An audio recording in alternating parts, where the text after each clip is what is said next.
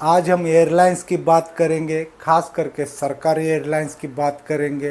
दुनिया भर के देशों के पास अपनी सरकारी एयरलाइंस होती है और भारत के पास नहीं है। सरकारी एयरलाइंस क्यों होना चाहिए ये हम आगे बात करेंगे, लेकिन पहले इस बात को समझ लीजिए।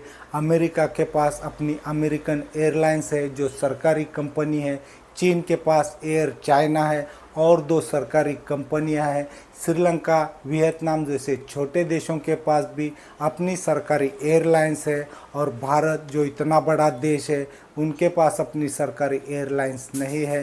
हर जगह फ़ायदा नुकसान नहीं देखा जा सकता। मान लीजिए कुंभ जैसे हादसे होते हैं, वहाँ शिफ्टिंग की ज़रूरत हो तब सरकारी कंपनी काम आ सकती है।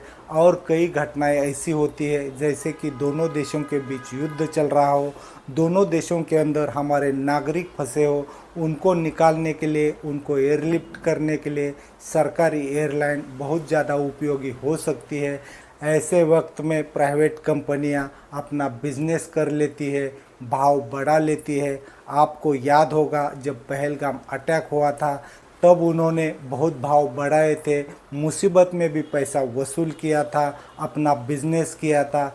इसलिए हर सरकार के पास अपनी सरकारी कंपनी होनी चाहिए। और भारत तो दुनिया भर में बहुत बड़ा देश है, भारत देश के पास अपनी सरकारी कंपनी होनी चाहिए। कुछ ऐसी बातें होती है जहां सरकार को नफ़ा नुकसान नहीं देखना चाहिए, जनता को कैसे सुविधा मिले ये देखना चाहिए। अगर आप लोगों की कुछ अलग राय है आप कमेंट करके बता सकते हो।